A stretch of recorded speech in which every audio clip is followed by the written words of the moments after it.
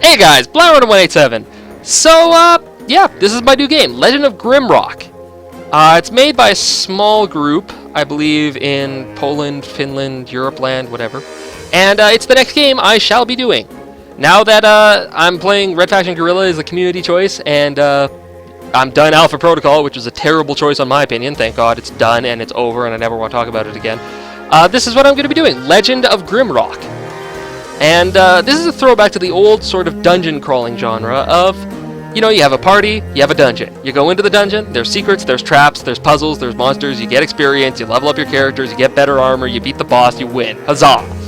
That's the style of game this is. Now, as you know, I'm Blower187, I can't see shit. I don't play games that I've played before, I don't play games that I know what's going to happen because that's no fun. I've beaten this game. Yeah, beat this game. You go to load game, there's autosave, Derpicus, prepare for a final battle. A couple guys I'm sure are already going, what the fuck are you talking about? Well, the reason I'm playing this game is because, like a lot of good independent developers do this, they open up their code to let other people create dungeons.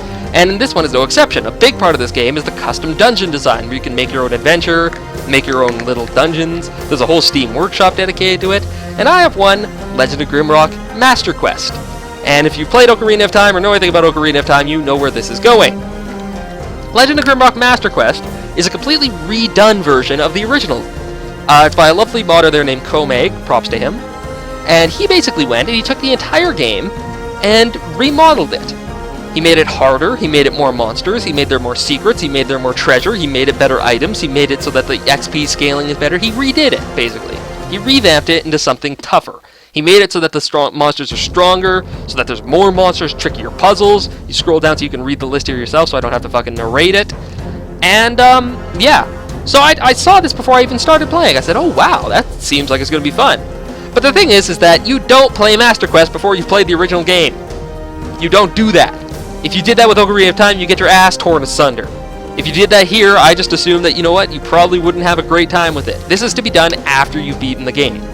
So I did. I went through the game, I beat it. I had my characters, I think they were level 13 level 13, level 14. And, beat the game.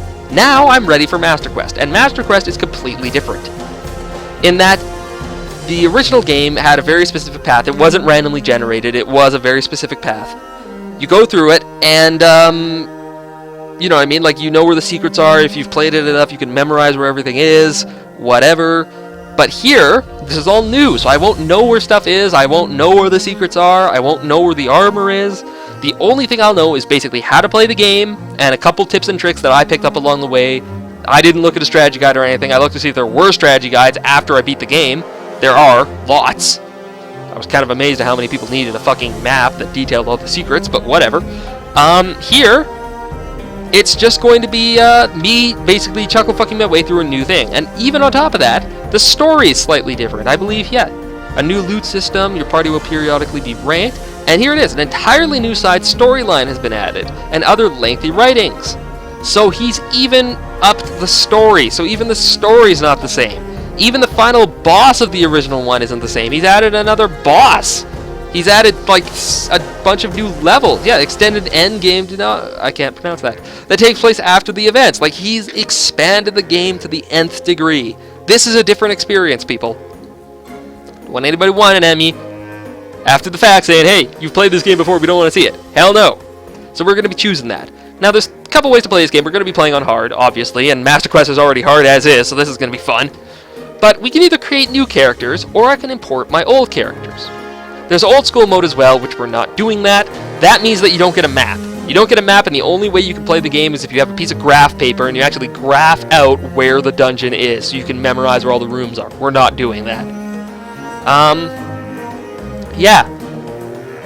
Sorry. Just trying to think here. But yeah, so we are going to be doing imported characters. Now, the reasoning behind that is that I know a couple people obviously want me to play with better characters, and a lot of people want me to play with new characters. The reason I want to play with imported characters, as in the characters from my first game, we're going to be using these ones, all level 13, one level 14, is because there are 6 skill trees for each character.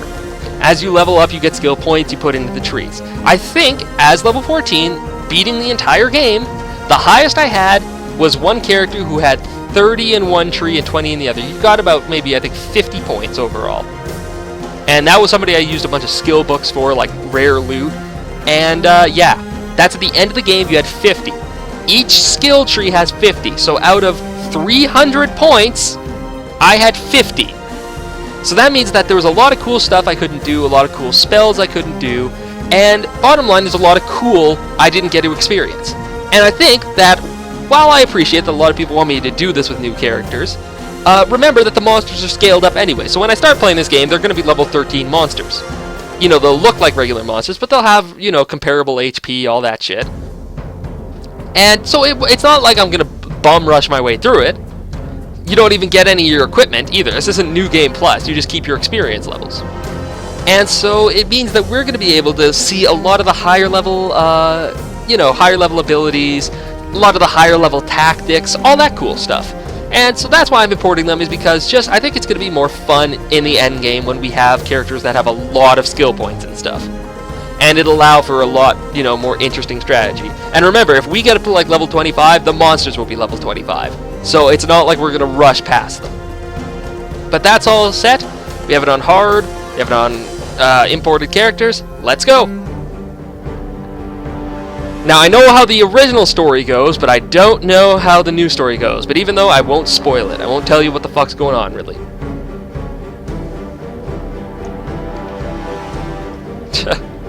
A towering spire looms above the clouds, a weathered rock that has stood for ages. Yeah, so this is the backstory. Airship struggles to gain altitude as it floats toward the peak. Fucking steampunk. So this is how the story starts. We are a brave group of 4 convicted felons. Hello, that's a fun start. Who have been taken to the top of this bullshit tall mountain. And yeah, you have 3 guesses what's going into that pit. I'll give you a hint. King Leonidas is off screen. Make of that what you will. So this is how the justice in this land works. You have 4 buddies here who have all been chained together, because why the fuck not? And they say, right, as of right now, you're free men. You're free men and women, and then they kick them into the fucking pit. And if you survive the dungeon, well, you're allowed to come back to society. If you don't, well, you're dead. And that's the basis for our story. We are 4 convicted felons. We have fallen into a dungeon, and we have to go from the top down, because it's an upside-down world, so the prison is at the top of the mountain, and the exit's at the bottom, whatever. And you have to just fight your way through the mountain and get out. And this is our game. This is how it starts, this is how it goes. So you can look around with the mouse.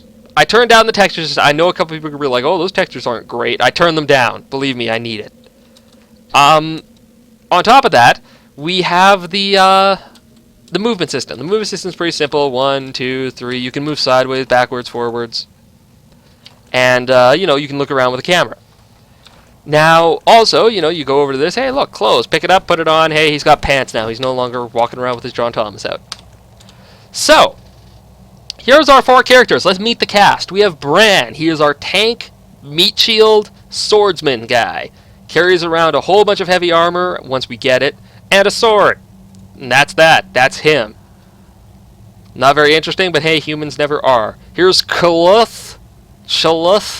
I don't know what I was smoking when I named some of these people. Minotaur.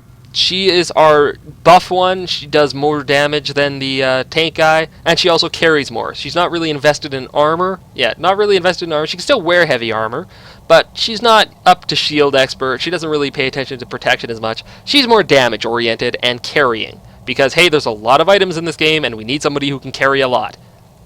Then we have Grengarl, who is our lizard man rogue. And his thing is pretty simple. He shoots people. That's his only gimmick. He has a couple points in dodge. I don't know why I put them there. But all it is he has missile weapons. He shoots people a lot. That's all he does. He just shoots people. He shoots people till he runs out of arrows, and then he throws stuff at them. And then we have our last person. I'm not even going to try. Something like that. And that is fire and spellcraft. That's our mage. So spellcraft, fire magic. Shoots fire. good with spells. That's about it.